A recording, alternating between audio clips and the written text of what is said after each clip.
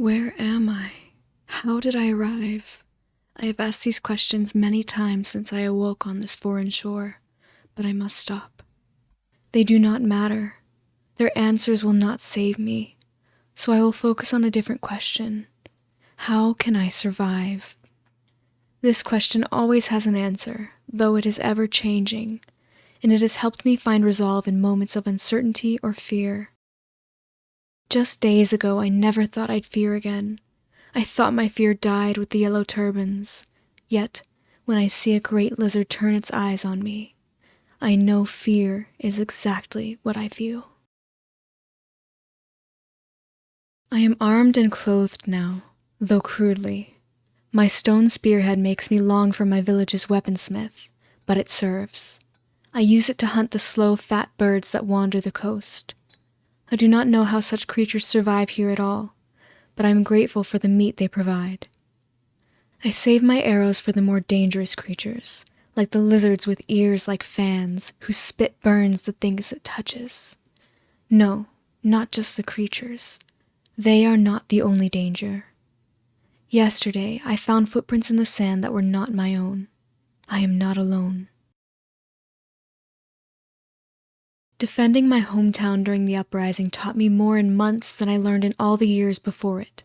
Among those lessons, men will always underestimate women in battle, and humans can be crueler than any animal. Both applied today. The footprints I found were not from one man, but 3. Their eyes changed when they saw me, like wolves discovering a lamb. They were wrong. They were merely mutts. I was the wolf. 2 died to arrows after ignoring my warnings, the last to my spear. I left their bodies out in the wild. I cannot stay here. The beaches are too open. To survive, I must brave the jungle. Today I scored a great victory. As the sun set, I happened upon a small village on a bluff. Unfortunately, it was besieged by a man who rode a lizard like a horse and wielded a stick that spat fire. It would have been safer to retreat, but I could not ignore the bodies. This was a slaughter. Surprise can be a warrior's most powerful weapon, and I wielded it effectively. My first arrow found the lizard's throat, and many more pierced the man's back once he tumbled from the saddle. He never saw his vanquisher. In hindsight, I should have spared the beast. A mount would be welcome. The surviving villagers let me claim the lizard rider's armor and weapons, and gave me shelter for the night. To my surprise, I understood them. Their mouths moved strangely, but in my ears I heard the language of my home. They say it is the work of the metal object in my wrist. I do not understand, but they had no reason to lie. That night I dreamt of the uprising, but this time I was Lieutenant Guan, lifting the siege on my village in a single gallant charge. Yet when I awoke, I was just Mei Yin, and the villagers were gone. I am a stranger to them, but my heart feels heavier for their loss. I must carry on alone.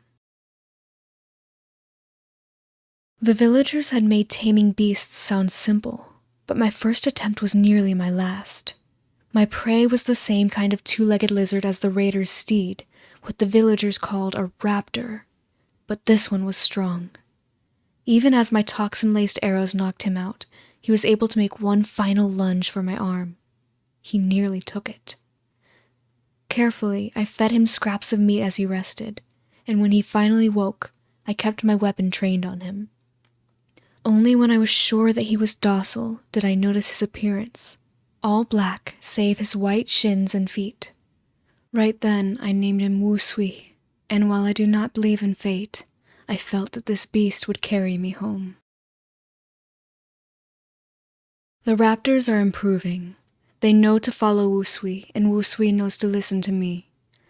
Beasts without riders cannot maintain a formation, but they at least run close together. In time, they have even learned how to attack and retreat at my signal during our hunts on the plains.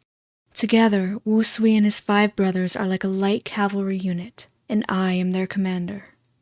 Unfortunately, they are all I really have. I am not much of a craftsman and have few possessions. Not everyone here is like me, though. There may be some who can craft but cannot fight. Perhaps we could trade. The defense went spectacularly.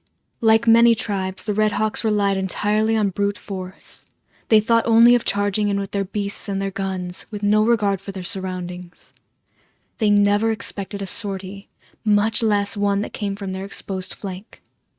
Our victory was so complete that my benefactors not only rewarded me with the weapons and supplies they promised, but extra pack animals to carry them. With each battle, my skills improve and my ranks swell, if only with beasts. I don't mind that.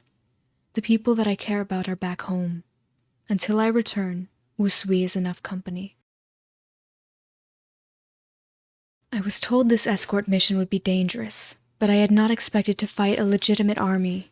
Fortunately, I was riding ahead of the main column and spotted them first. After signaling for the convoy to change course, I harassed the enemy from their flanks to draw their attention, then retreated in a different direction. Even that cost me. Many of Wusui's brothers were injured, and some were killed.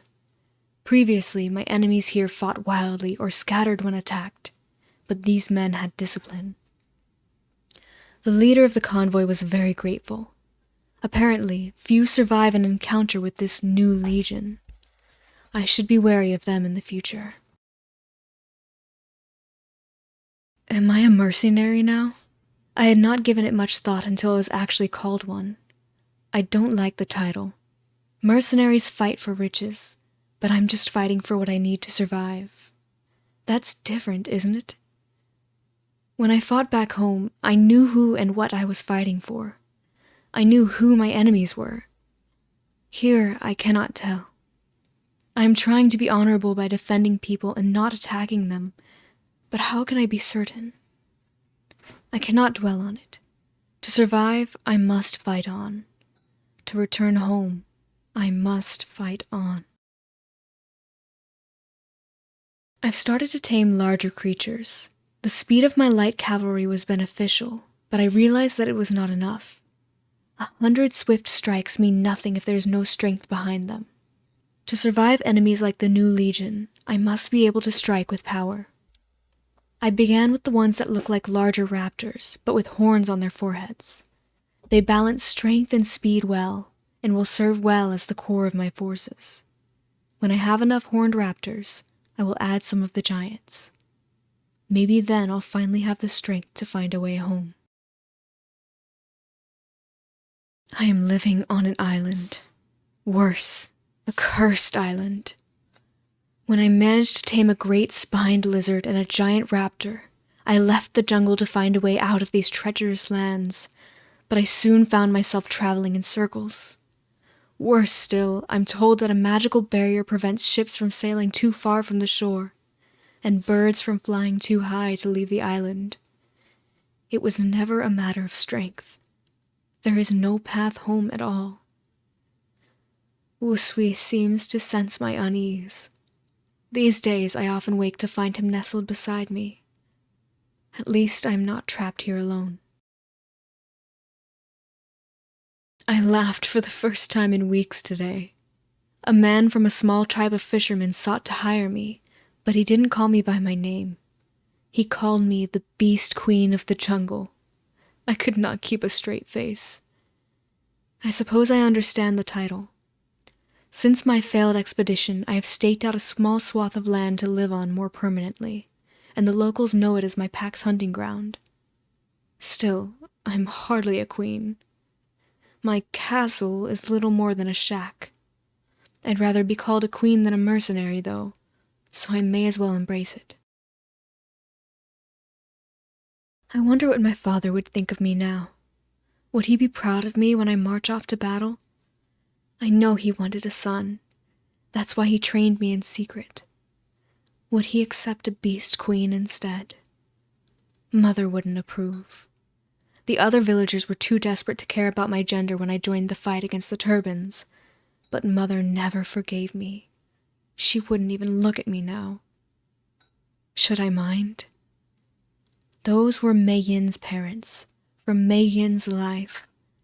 And sometimes I wonder if that life was even real. Maybe I was always a beast, and never a woman. I have finally found a beast that I cannot command. No, to call him a beast is not enough. He is a demon.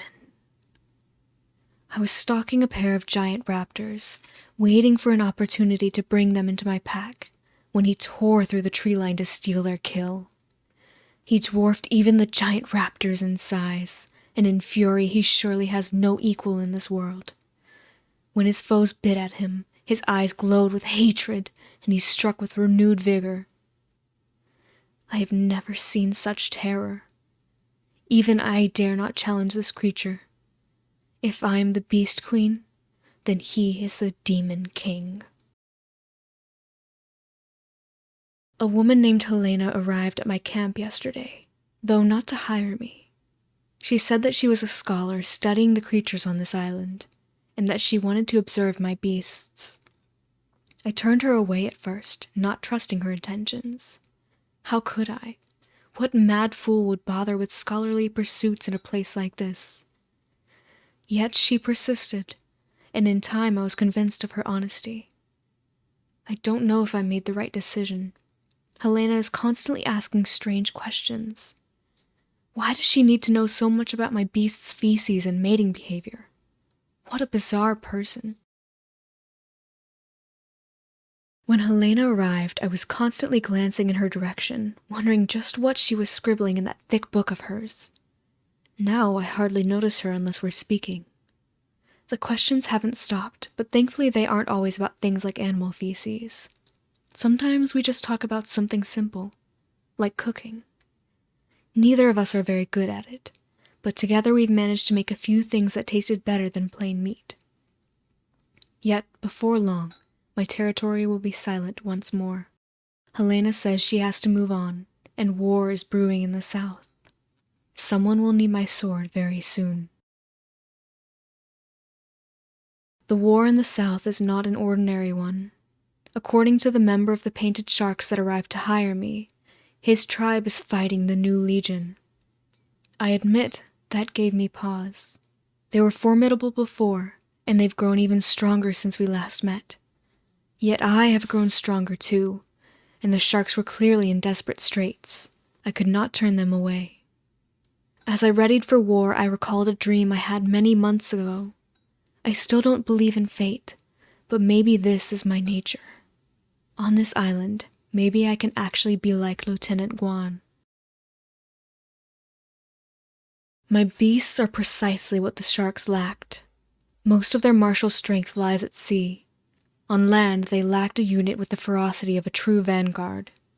Without that, they could merely withstand the Legion's siege, not break it. That changed when my beasts crashed into the Legion's rear like a great wave. I can still hear the cheers as the Legion fled. I can feel the echo of the emotion that swelled in my chest. If I could return home, I imagine that is what I would feel like. I won't dare forget it. Sometimes I fear that I have grown fangs or horns without noticing. What else can explain the way others look at me? In battle, the sharks cheer me, but afterwards we rarely speak. I camp separately and only am summoned when it's time to discuss strategy. I do not understand. Trust is rare on this island. I know that. But have I not bled in their defense? Have my beasts not died fighting their battles? Perhaps it's just the strain of war. We're in Legion territory now, taking the battle to them. Soon the war will be won. Surely then the sharks will not fear me. When anger rises, think of the consequences. I know this by heart, yet I cannot help but seethe with fury. Even Wu Sui is keeping his distance. Last night I awoke to the sound of thunder coming from the sharks' main camp. I rushed to their aid, but blinded by the night and consumed with panic, they attacked my pack. By the time order was restored, We'd both sustained losses. Clearly this was the work of the enemy, but those fools blame me for the confusion. Some even claim I torched their camp. How dare they question my honor after all I've done? Cowards! They have no right. I should have foreseen this. Though I put my pride aside, those audacious sharks could not. At their behest, I began the long trek back to my own territory this morning. They say that they will finish the war without me. Doubtful. Without my pack at the van, the new legion will surely smash them to pieces. But what can I do? I cannot protect them if they do not want my protection. Will the legion come for me afterwards? I cannot say. But if they do, I know that I will receive no aid. I must rely on my own strength, and right now I fear it insufficient. I need to become stronger. I need the Demon King. He is mine. After a mighty struggle, the power of the Demon King is now mine to unleash. The cost was almost too great. I brought only my swiftest beasts on the hunt, hoping to run him in circles, but even still he managed to kill many of them. Were it not for Wu Sui, he may have killed me as well, but my Wu Sui is both swift and cunning. He knew exactly what distance to maintain, exactly when to retreat. No steed could prove more true. Tomorrow I must begin acclimating the Demon King to life in my pack, but for tonight, I will allow myself to celebrate. I was wise to test the Demon King's hunting skills from atop one of my flying beasts. When he stumbled down a small rock formation, his eyes glowed with that familiar hatred, and suddenly he proved deaf to my commands. In time he calmed down and obeyed me once more, but it was a fearsome thing to witness. I think I will keep him apart from the other beasts. Not only will it keep them safe, but it will calm their nerves. They have been tense since his arrival. I cannot blame them. The Demon King's power could save or doom us. I must use him with extreme care. Am I making a mistake? Maybe. The closer that great pillar of light gets on the horizon, the more my concern grows. It is a gamble, no question. Helena said that she did not know if this pillar of light will behave like the other one.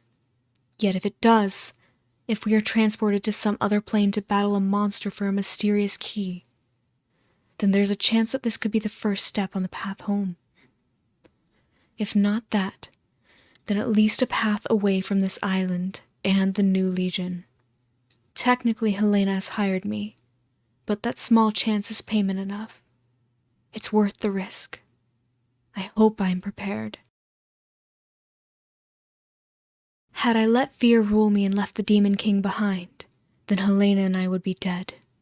Only with his strength were we able to defeat the gigantic ape.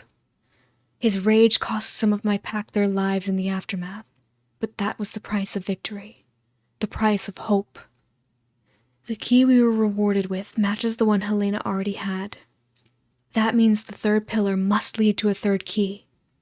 And when combined, what then? It's uncertain, but if each pillar takes us somewhere, then maybe their combined power can take us anywhere. Maybe it can take us home. Damn those new Legion cowards! At full strength, I could have fended them off, but they attacked just as we returned to the Pillar of Light. What beasts I had were exhausted, and the Demon King flew into a rage before I could start a retreat.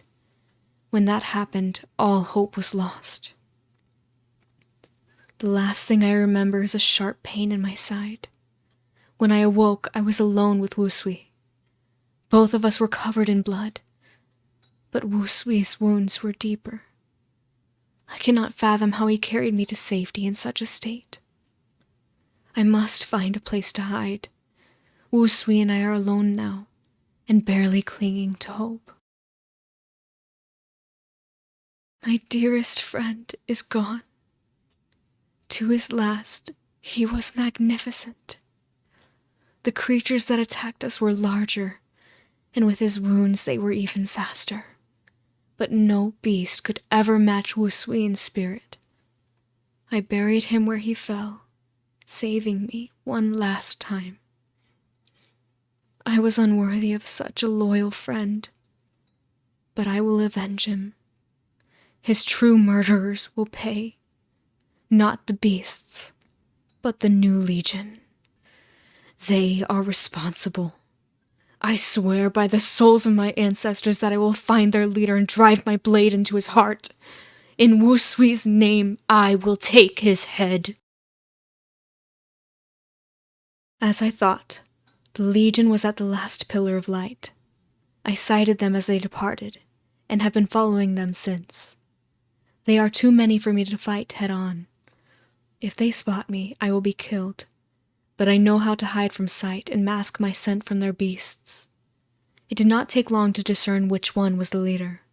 No one else walks with his pride or gestures with his authority. I could probably have hit him with an arrow by now, but I want him to see my face. I want him to know that the Beast Queen vanquished him. I soon regretted freeing Helena from her cage before following the Legion through the portal they opened. She was too focused on the wonders around us. When she saw that most of the Legion was dead, she even tried to dissuade me from killing their leader.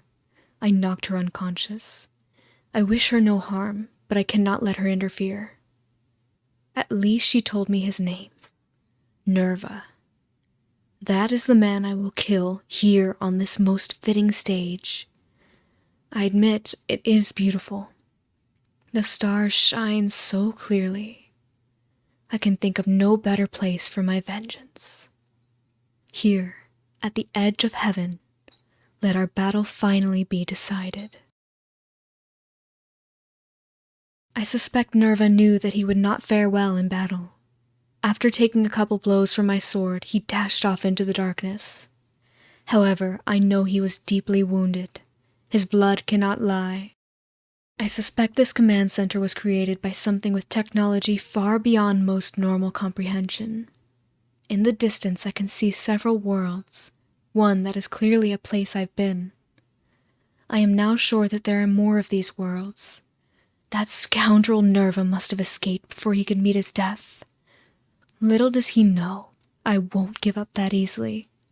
I will find him in whatever realm he travels to.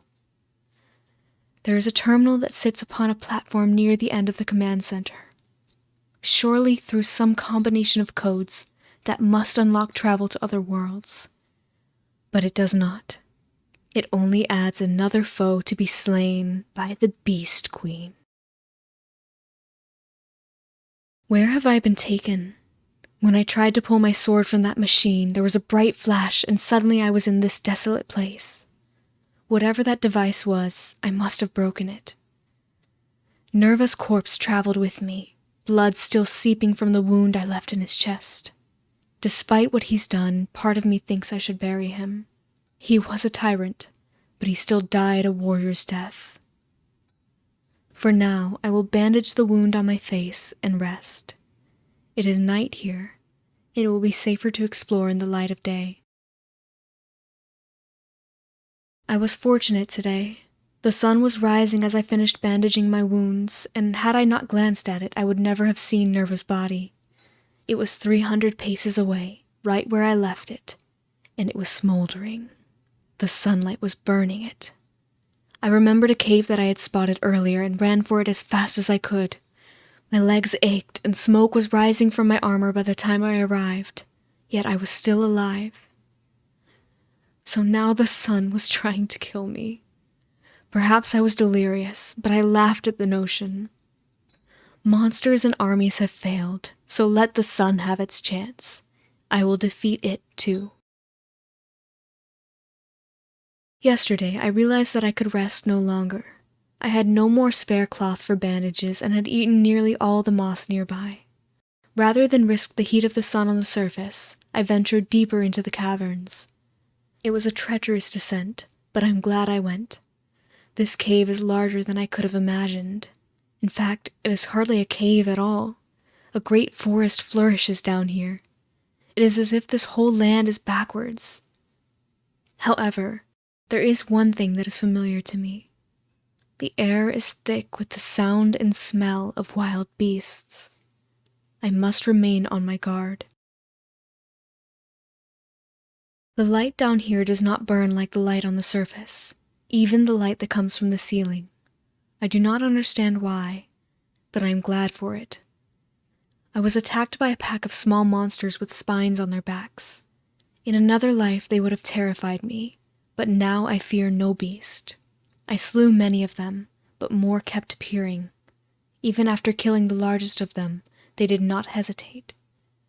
Only when I neared a strange glowing pillar did they retreat. They seemed to fear the unusual light it emits. I should use that weakness against them. I finally removed the bandages from my face. While I avoided infection, the wound will surely scar. I do not mind, and neither does my new companion. In fact, I had just removed my bandages when I first saw him. From the branch of a great tree, he stared down at me with curious eyes. I stared back just as curiously. It looked almost like a young deer, but its fur was colorful and it glowed like a fallen star. He reminded me of the paintings I've seen of Qilin, but he seemed too small. Whatever he is, he approached me so innocently that I could not leave him behind. So now he is Xiao, my little light in the dark. Navigating the forest has been easier with Xiao at my side. His light has both guided and protected me.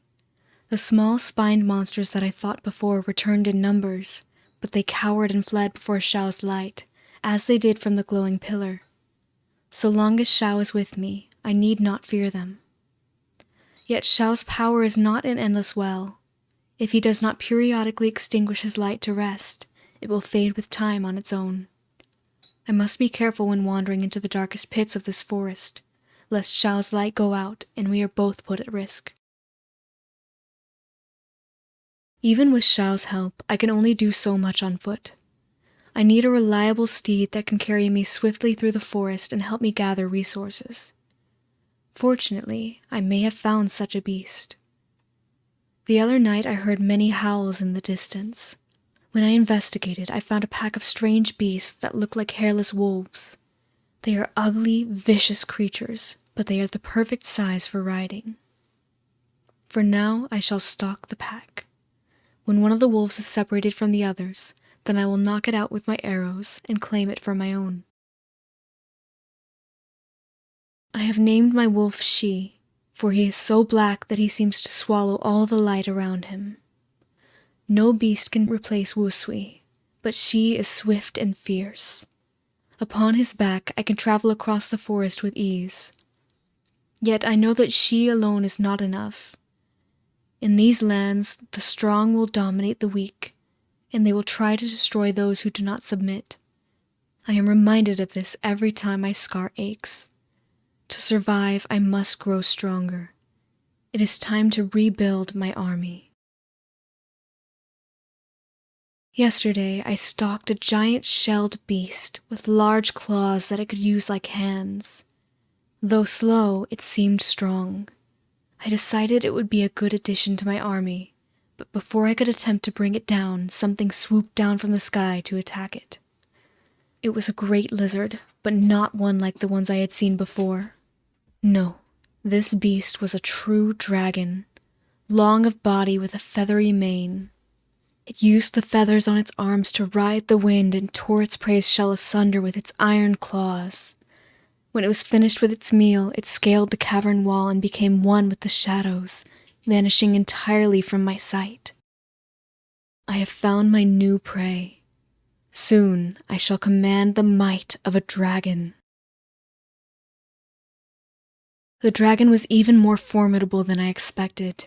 At first, she was able to dance around the beast while I riddled it with arrows, but I underestimated how far its feathered arms could take it. Its sudden leap left Shi's leg wounded, and I was flung from the saddle. The crippled wolf did not last long after that, and I only survived by taking to the trees. By the time the dragon succumbed to my knockout poison, its hide was full of arrows. I buried Shi where he fell. Though he did not serve me long, he did so loyally. Thanks to him, I possess the strength of a dragon. I am the Beast Queen once more. Traveling through the cave is easy thanks to my dragon, who I have named Ao Yue. I have discovered that the cave is even larger than I imagined. Beyond the forest, there are tunnels that lead farther down into the earth, to a land of glistening water and plants that glow like Zhao does. How far down does it go? If I keep going, will I find the end of the world? I do not know, but I will press on. I cannot return home or even to the island I came from. My enemy lies dead far behind me, and I have found no friends or allies. I have no aim beyond simply surviving. So for now, all I can do is move forward. The beasts of this land grow stronger the deeper I go. Yesterday I was attacked by a swarm of flying demons with writhing tentacles in place of heads. I think they were after Zhao. Where some monsters feared his light, these ones hungered for it. However, they were no match for Ao Yue's fangs and my blade together. Still, I will keep Zhao close and have him extinguish his light for now. I could not bear it if he came to harm. Of everyone I have met in these lands, only Zhao has stayed by my side of his own will. Even Wu Sui had to be laid low first. I suppose there was that woman from the island too, but she is gone. Besides, I struck her. I doubt we are friends now. I am not alone in these caves after all. The footprints I found today belong to no beast, that much is certain.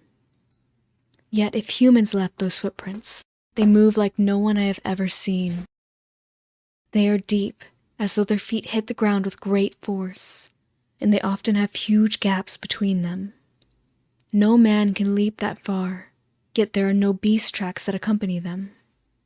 Perhaps if I move carefully, I can track and observe them. Whether they are friend or foe, I should learn more about them before I act. Where did I make my mistake? I moved in silence and never once left the shadows, but somehow they saw me. I mounted Ao Yue in an instant, but somehow they still caught up to me. Had we fought, the battle may have been difficult. There were only 4 of them, and I had Ao Yue, but their weapons and armor glowed like moonlight, and their movements were swift. I was about to strike first when one of them raised her hands and took off her helmet, revealing a human face and hair the color of sunset. She convinced her friends to lower their weapons, but even as I write, I keep one hand on mine. We may share a camp tonight, but I dare not sleep. The armored ones had many questions when they awoke. They were surprised that I had raised Ao Yue myself, and even more surprised that I came from a different land of monsters. That seemed important to them. I asked questions too. They say it is their armor that lets them see at night and move with such speed. I did not believe it until the orange-haired woman let me wear her helmet. With it, I could see through darkness as though it were bathed in green light, or see the red shadows of distant creatures. It was like magic. They asked if I wanted to stay in their village for a time. I doubt I will stay long, but I want to see more of this magic. This village is as strange as the armor its residents wear. They use tools containing light and sleep in glowing metal cases. They offered one to me, but I refused. I have slept outside with Ao Yue and Zhao instead. I have no desire to sleep in something that looks like a coffin. They claim that their tools are not magic, but machines. I do not understand how that is possible. On the island, there were many weapons and tools that were new to me, but they were made of real things. How does one touch light, much less shape it? It is wondrous and beautiful, but I wish I understood it. I will have to try harder. It is no use. These machines are beyond my comprehension. I cannot even make the simplest of their tools work properly. Compared to this, training with a spear or sword seems simple. I have tried to earn my keep by helping with chores and other tasks, but I usually get in the way or slow things down. Compared to the others, I am like a child, and they treat me as such. This was a mistake. I belong in the forest with the beasts, not among these people in their glowing metal halls. I will ask them for supplies and depart within the week. I asked the woman with orange hair if I could take some supplies when I left, but she refused to do so for free. She said if I wanted the supplies, I had to try and use their armor first. It seemed like a trick, but I wanted to try the armor anyway, so I accepted.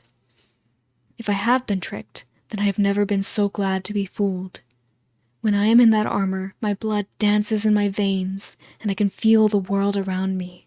It is as if I was asleep for my whole life, and I only awoke when I put the armor on. I cannot leave after feeling that, not until I at least master the armor.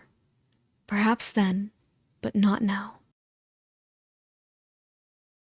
Discretion is the key to the armor. When I started, I would leap farther than I intended, turn too sharply, or grip objects too tightly. Now I am in complete control.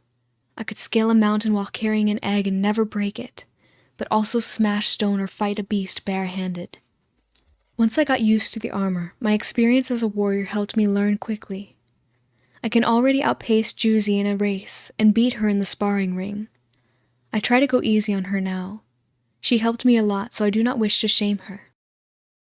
I should call her by her proper name too, but Diana sounds too serious for a woman that laughs so much. Juicy fits her better. She doesn't mind it, but I don't think she knows I've named her after an orange. 3 days ago, I was asked to help the villagers obtain a clutch of dragon eggs. Only then did it occur to me that they did not have many creatures at their command. They relied far more on their tools. Perhaps this is why they were so impressed with Ao Yue. The hunt went well. I had to do much of the work and explain many things, but the others were grateful. It also let me test the limits of my armor. By now, using it is no different to me than wielding a sword, and I welcomed the challenge. After the hunt, no one treats me like a child anymore, even when their tools confuse me. I suppose we all have different things we excel at. I have turned into something of a stable master. The others are still unused to the presence of so many beasts, and have to be taught how to care for them. It is a lot of work, but I do not mind. It has been comforting to be around so many beasts again. I have also taught them some lessons in close quarters combat. While their weapons are powerful, most of these people are not warriors. They have not tasted war. Juicy claims she was a soldier, but that she fought by flying metal ships through the clouds. She says she will show me how if we ever escape these caves. I doubt it, but it is nice to imagine. Juicy has finally convinced me to start sleeping in the metal pods the others use. I must admit I slept more soundly, though perhaps that was because I knew she could no longer pester me about it. I do many things like the other villagers now. I eat like them, I dress like them, and I work with them. I still struggle with their tools, and I know that I can never truly be one of them, but that was true during the Yellow Turban Rebellion too. Those who I fought beside were my comrades, but I could never be a true soldier like they were. If that is my place in this village, then I do not mind staying for a while longer. It is not so bad. I must move quickly. The tribe sent a party into the depths of the caverns, where rivers of violet fire flow freely and nothing grows. They sought something important, something that could help the whole village, but they have not returned. There is no response when we call for them through our messenger boxes. The other villagers fear them lost to the terrible demons that lurk there. I refuse to believe that. Juicy is with them. I have equipped Ao Yue with armor and weapons like my own, and donned armor that will protect me from the violet fire. Whatever beasts or demons lie in our path, we will destroy them utterly and bring Juicy's team back. This is a place of death. The ground is scarred and barren, and there is no light or movement save that of the violet fire. Even Ao Yue does not seem to like it. The living should not tread here. Why would Juicy come here? What was so important that she would risk this place, and why would she not tell me? Whatever the reason, it has already cost some of her teammates their lives. I found their bodies earlier today, mangled and partially devoured beside the remains of their beasts. Thankfully, Juicy was not among them. Great towers of crystal loom ahead, where the violet fire has frozen solid. Perhaps she has found shelter there. I shall have to find whoever forged this gun and thank them with all my heart. Its strength saved the day. With my weapon's enhanced sight, I spotted 2 survivors running from a huge monster, but a crystal formation stood in my way. Rather than go around it, I sent Aoyue ahead and fired through it. My aim was true, and the demon reeled. By the time it recovered, Aoyue was upon it, and we finished it together. I knew one of the survivors was Juicy when she ran up to hug me. I am unused to such gestures, but I think she understood how grateful I was for her safety. Her teammate is wounded, but alive. With rest, he will survive. Even now, I cannot convince Juicy to leave. I even tried using her real name, Diana, to show her I was serious, but she will not hear it. She says the plans she was looking for are too important, but what could be worth what happened to her teammate? It was disgusting. She started spasming in the middle of the night, and then a smaller version of the monster that was attacking them burst from his chest and tore out his heart. Blood and bone sprayed everywhere, and I was too stunned to act until it leaped at me. Fortunately, I was able to hold it off until Juicy could shoot it. Whatever we are seeking, I fear we will face even worse dangers to obtain it. Juicy said that the item she sought was in some ruins not far from where we were camped. However, when she called them ruins, I had not expected to see buildings like the ones in our own village. It was puzzling to see buildings that looked at once ancient and new. I had little time to dwell on the ruins, for we were quickly set upon by more of the great demons. They rushed at us, slobbering and gnashing as Judy scrambled to find what she was looking for. I was able to hold them off with Aoyue's cannons, but by the time Juicy found her prize, we were being overrun. To my shame, I had to leave Aoyue behind to hold off the demons while we escaped. It pained me to hear his roars as we fled, but his sacrifice saved our lives. Forgive me, my loyal friend. Without Aoyue, we had to move cautiously. Another battle with the demons could prove fatal, but we managed to avoid their sight. All that was left was the climb. With no mount, we had to use climbing picks to slowly make our way upwards. It was a long and treacherous ascent, and we both nearly fell several times. Fortunately, we were there to catch and support each other, and through our combined strength, we safely reached the caverns above. After the climb, we lay there for a long time. I cannot remember if we laughed or cried. Perhaps both. Juicy says that the item she found could help the entire village, but I do not care. I am just so glad we are both still alive. We received a hero's welcome when we limped back to the village. The others say that Juicy's treasure will help complete a magic door that can take us out of this place. They speak of escape and of returning home. That should excite me more. I used to long for those things, yet what comforts me most is that when they speak of their future, they include me in it. I am finally one of them, not as a mercenary or out of desperation, but because I am wanted. I owe it to Juicy, I think. No, to Diana. She trusted me before anyone else. I will not forget that. I have been thinking of home lately. It is so far away now. I think that perhaps it is out of reach. Even if the others can complete their magic door, I do not think I will ever see it again. I can accept that now. I can move past it. I have a new home now, I think. And while I am still not used to its oddities, I feel as though it is mine. Each day I grow more adept with the tools here, and more used to my routine. It has become normal to me. And now that this place is my home, I swear that no harm will come to it. I shall protect it with my life. I have had no urge to record my thoughts since your loss, or rather, I have been avoiding it.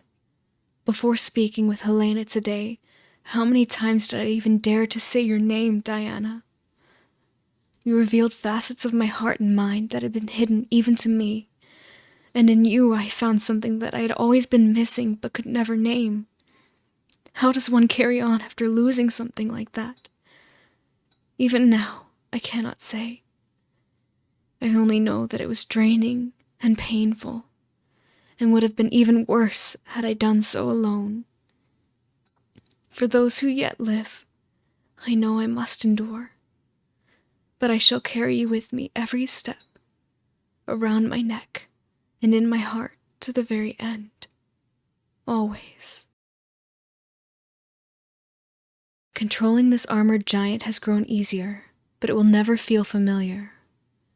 Though its limbs move as mine do, that is in itself disquieting, and sometimes I get lost in the flashing lights that surround me. Helena is far more attuned to her giant's abilities than I am, though as in all things, she underestimates herself. Ever since I cast that monstrous old man into the depths, she's been there to pull me back. Not just from the fall, but the abyss itself. I will still never understand why she was so interested in studying animal excrement when we first met, but after walking this path with her, I can recognize the strength of her spirit. I will do all I can to protect it. We have arrived at the structure Helena wanted to investigate, and I fear that if we do not enter soon, she will faint from anticipation. She has been hopping to and fro like a rabbit while we set up camp, babbling excitedly about what might be inside. I have never shared her curiosity for such mysteries. Things are the way they are, the why of it does not matter. Unless it will help us survive, then I do not care who built the empty palaces of this land or what their purpose was. However, I trust Helena's wisdom. Hopefully whatever we find here will sate her, and perhaps grant me a moment of blissful silence at that. I dislike this place. Helena says it is an archive for lost knowledge, but it reminds me of the chambers we explored with Santiago, where beasts and men slept in countless glass coffins. If the halls where I battled Nerva were at the edge of heaven, then that place was surely one of the 10 courts of hell. These halls do not radiate with that same evil, but it still does not feel like a place where men are meant to tread. There is sign of neither earth nor sky here. It is all unnatural metal and machines so foreign that even Diana's comrades cannot master them. I will speak with Cosima about tightening our patrols. We must remain vigilant. These halls did hide one marvel, I shall grant them that. I found it during my patrols, tucked away in a small chamber all its own, and while I do not know its purpose, its beauty is without question. It is shaped like a jewel, with a surface of polished stone and shimmering metal, glowing proudly with a magnificent golden light. Though it floats above the ground, it is too sturdy to move, and though the light is warm, it is cool to the touch.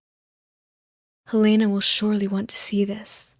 However, until we fully understand it, I will be sure to supervise her study sessions. I do not understand what happened.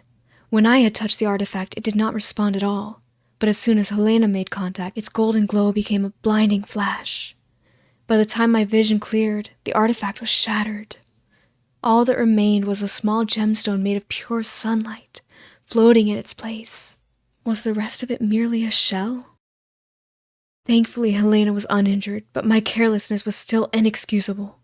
I swore that I would protect her, and I have nearly failed already. I should have been more thorough. I am not one to repeat my mistakes. Before Helena could reach the gem, I snatched it from the air. I won't let her touch it unless I am certain it is safe. I am tempted to smash this gemstone to pieces, though I am not certain how I would do so. When I hold it, I can feel its texture and weight, yet it casts no shadow and makes no sound when I tap its sides. It's as though it is at once here and somewhere far away. But Helena insists it is the key to answering her many questions, so for now I let her study it from a safe distance. At first, my precautions earned me her ire, though it lacked true venom, and in time she admitted my judgment was prudent. She says the gem might be capable of great change. I couldn't follow everything she described, but she is more cautious around it now. That is enough for me. Unfortunately, the gem may soon be the least of our concerns.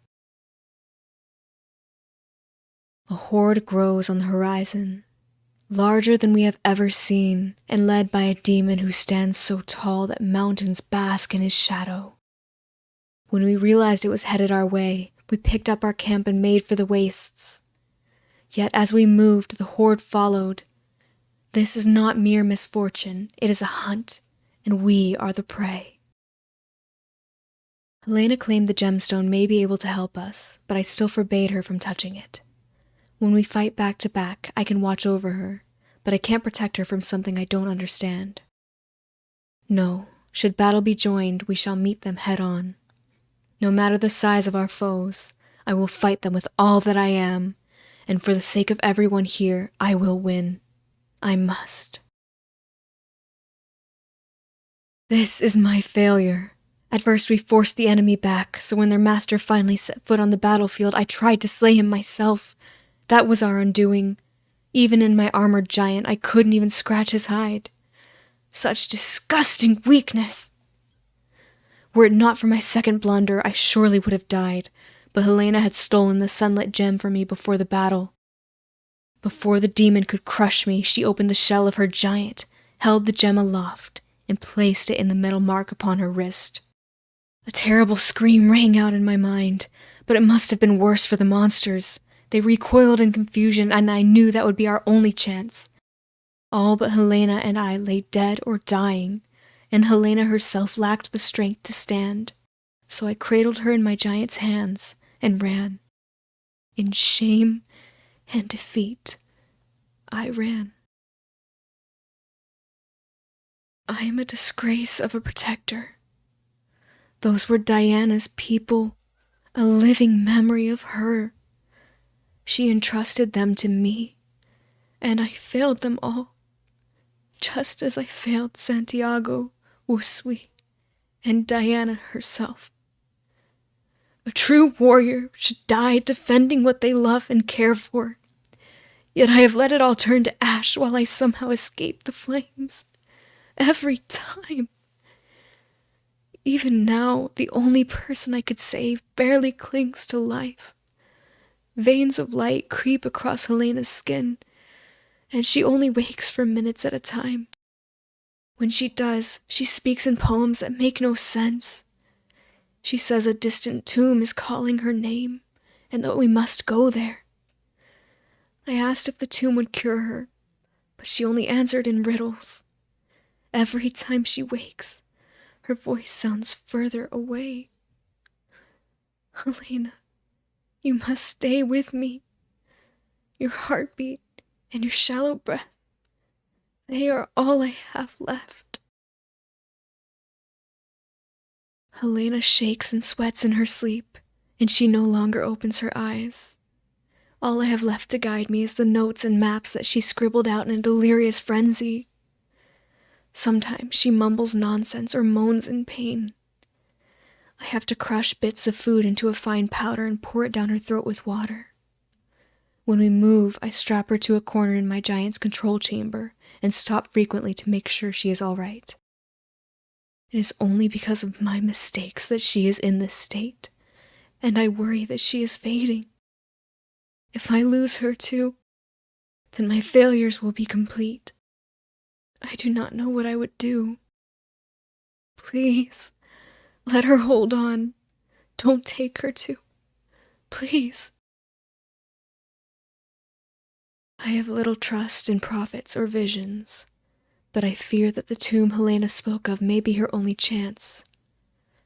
She does not respond to my presence anymore. Nothing I do rouses her. I only hope her maps are accurate. Yet even if they are, we still have so far to go. Though we have left the poisoned wastes behind, before us lies a land of ice and snow. A storm rages above, and even in the armored giant, progress is slow. Each step is a labor, and I feel the giant growing weaker. It will need to feed on the violet fire, the element, as Diana called it, if we hope to continue. I will have to brave the cold alone. There's a shooting pain in my left arm. I think it may be broken. It happened when I was searching for element. The storm and the journey had sapped my strength, and the pack of beasts caught me off guard. After a fierce battle, those I failed to slay finally fled, but the fight had taken its toll. It took me half a day to get back to camp. I kept slipping and falling in the snow. Each time my body told me not to get up, and a few times I almost listened. I wanted to, so desperately. The pain, the cold, the exhaustion. I just wanted it to end. Maybe that's what this is. My limit. My end. As I slept in the belly of the armored giant and the storm howled outside, I dreamed. I was home again, in our little village in the Yi province. It was during the rebellion. Everyone was huddled together in an empty granary, debating surrender. Arguments went back and forth until at last I stood, grabbed a spear, and made for the exit. See, even this girl would rather die for her emperor than give in to that scum, one man declared. You're wrong, I replied, turning to face him. I have no intention of dying. I will survive. The others talked about our memories not being our own, that the home I sought for so long may have never existed at all. Perhaps that is true, but those words are mine, more than anything in the world. This is not the end. This is not where I fall. I will survive. Those beasts that attacked me are mine. I retraced my steps to make sure I had found the same pack, and then I bent them to my will. They moved as though they could walk on air, leaping from one invisible stepping stone to another before pouncing at me. It made their movements hard to predict, but once I was able to snare them in a steel trap, their advantage was gone. Though they flung arrows of ice at me from afar, it was not enough to deter me. Once asleep, I coaxed them into obedience, and they accepted me as the leader of their pack. Their strength will help me on my journey, but I will need more still. This is just the beginning. My arm is nearly healed. I can control the armored giant without pain, and it no longer protests when I use it to carry weight or strike. The timing could not be better, for I have just brought more beasts into the fold. Great owls with feathers as wide as the snow they soar over swooped down at me from on high, but I avoided their talons and brought them down. Now their great vision helps me scout ahead with ease. With my pack growing in number and my strength returning, it's time to set out. Keep fighting for just a while longer, Helena. I will see you to that tomb, I swear it. As we travel, I continue to bring more beasts to my side. Amongst the overgrown palaces, I tamed lizards that fire thorns like arrows, floating caterpillars that carry my supplies with ease, and a dozen more. They do not have the same bond or discipline as my first pack, but their strength is formidable. Combined, they are a force to be reckoned with, marching in the shadow of my armored giant, and ready to fight any monsters who would stand in my way. It's time that I remind this world just who I am. I shall etch it in the earth as I march on towards the tomb, so that it may never forget. I am still the Beast Queen, and I shall not be denied. According to the maps, we are nearing the tomb's location. I have made short work of the monsters and disfigured beasts that have stood in our way, and the path ahead seems clear. However, something looms behind us, growing ever closer. It's another horde, and while it lacks the mountainous demon that attacked us before, there are other lesser devils in its place. Though smaller than their master, they are still far larger than any normal beast, and their might will be considerable. Fortunately, my pack is outpacing them. We should arrive at the tomb well ahead of the horde, and if I can heal Helena quickly, we may be able to avoid it altogether. It did not take long to find the entrance to the cave, and when we reached it, Helena stirred. Though she did not wake completely, I could hear her speaking to me. The tomb of ascension. Find the altar. There is no time to waste. I have left most of my beasts to guard the entrance while I bring a trusted few to clear the cave. There are pockets of malformed creatures here, and before I can see to Helena, I will need to rid the tomb of these unnatural beasts and their poisoned blood. This close to my goal, there is an extra drop of fury flowing through my veins, and any enemies that block my path today will be quickly torn asunder. The last of the feral beasts have been wiped out, and I have found my way to the cavern's heart. It seems far too beautiful for a tomb, even an emperor's. Surely the name carries some different meaning. Crystals glow along the walls like flowers, sprouting from vines of gold. They bathe the room in a gentle glow, but in the center of the chamber they are overpowered by a light from above that shines down on an ornate dais. Atop the altar there is a device of some kind. It reminds me of the beds that Diana's people used, but grander in scale and artistry. That must be where I'm meant to place Helena, and when I do, that machine will heal her. It has to. It's working, I'm certain of it. When I placed Helena upon the central altar and stepped away, the machine hummed and sang in response. The light of the crystals burned brighter as well, and the once stale cavern air became warm and soothing. Helena immediately improved. She has stopped sweating and her breathing is stable. Blinking golden specks float about her like fireflies while she sleeps, as peaceful as I have seen her. The whole chamber has that effect. Even as I watch over her, I can feel my heart slow to a serene, steady beat. Unfortunately, the process is gradual, and with each moment, the pursuing horde grows nearer. I need to buy time. I have sealed the chamber and left a pair of my beasts to guard it, just in case any of the smaller monsters slip past me. It will take time to open it again, but after this battle, I will be afforded some patience. I assembled the rest of my beasts and my armored giant in a defensive formation beyond the entrance to the cave. In the distance, I can see the horde approaching. They outnumber my pack, and it will not be long before they are upon us. On this ground, I will make my stand, with neither retreat nor mercy in my heart. In the end, every last one of these monsters will lie dead, or I will. Let them come. We'll be ready, right, Diana? I have beaten back the first wave, but not without cost. Though my own beasts fight with more ferocity than these untamed monsters, my ranks have begun to thin, and the towering demons have yet to enter the fray.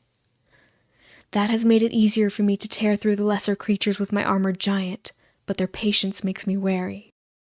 Beneath me, I can feel something stirring from the tomb. The machine is continuing to work. If I can just hold the horde off for a while longer, Helena will awaken and we can leave this place. But first, I must hold. It seems as though there is no end to their number, but I know that cannot be true. I must keep fighting. Yet as time passes, that grows far more difficult to do. One by one, my beasts are falling, and I can only rest at times like these in the gaps between assaults. My eyelids are heavy, my muscles sore, and only writing like this is keeping my mind from growing hazy. The gigantic demons still stand idle, letting their lessers wear down my forces so they can strike me when I am at my weakest. Yet they cannot wait forever, for the tomb continues to rumble below. Eventually their patience will run out, and in that moment, this battle will be decided. At last, the time is at hand. The towering demons have begun to stir. Though my beasts lay dead and my armored giant is damaged, I have slain the last of their minions. It is down to them, and it is down to me, just as it was always meant to end. Come then, I am Li Mei Yin of Yi, beast queen of the jungle, the depths, and the wastes. If you dare to challenge me, then come and let us duel to the death. I am victorious. Though my armored giant groans and sparks, and though blood stains my lips and drips down my armor, I am victorious. It was a long, grueling battle. I had no advantage in power, so I goaded my immense foes into striking, and then counterattacked them at their joints. Once I had slowed their movements even further, I picked at their weakest points, wearing them down before finally going for the kill. However, it was far from easy, and there were moments where I was nearly cornered. But in the end, the great demons lie dead, while I am still standing. Now, as soon as I have the strength to not only stand, but move, I shall see to Helena. I arrived in the tomb to a chorus of light. The machines and crystals pulsed with a heavenly rhythm, and hundreds of those golden fireflies danced about Helena to the same melody. Her body itself glowed like the sun, floating untethered above the altar. I was so in awe that when the whole chamber flashed and Helena's flesh turned to light, I could only watch. It was not until Helena's radiance floated skyward that I could find my voice and call out her name. By then, the light of the crystals had begun to dim, and there was no trace of her left. Somehow, I know that this is the end she was seeking, and that wherever her soul may be, it is safe and content. Yet I cannot help but mourn, for now I am left alone. I am certain that I succeeded, and yet my hands and heart are empty. For the first time in so long, I am devoid of purpose. There is nothing to fight or run from. Is this what peace feels like? When I exited the cave, I simply entered my armored giant and left. I did not have a destination in mind, just some faint instinct that perhaps I should go this way. So here I wander, alone in a land of poison and empty palaces, to no end but the one I choose. It's unfortunate. The sky is so clear today. It would have been the perfect time to fulfill the promise around my neck. My armored giant has stopped moving, and I do not know how to fix it. I suppose I have been fortunate that it lasted as long as it did. Had it given out before we reached the tomb, I may not have been able to protect Helena. If I want to carry on without it, I will need to get to work soon. I am low on supplies, and when one is surviving on their own, there is always much to be done. Food, shelter, safety. Maybe I will even find time to clean the blood from my face. Yet for now, all I truly want to do is sleep. Perhaps I will dream of flying. I awoke to the sound of earth-shaking footsteps. A towering demon was upon me, and though I struggled against its minions on foot, my situation was desperate. Suddenly, an armored giant crashed to the earth. It struck down the demon, scattered its beasts, and knelt before me. From within stepped a woman with hair the color of sunset, or perhaps more aptly, a tangerine. My Juicy, my love, Diana. For a moment I thought I was dead or dreaming, but she felt too real to deny. I left her lips smeared with tears and blood, but she wouldn't let me apologize. It's just as well I was not that sorry. I do not know how or why this is possible, but neither do I care. All I know is that I'm going to hold on to this feeling and never let it go. Never again.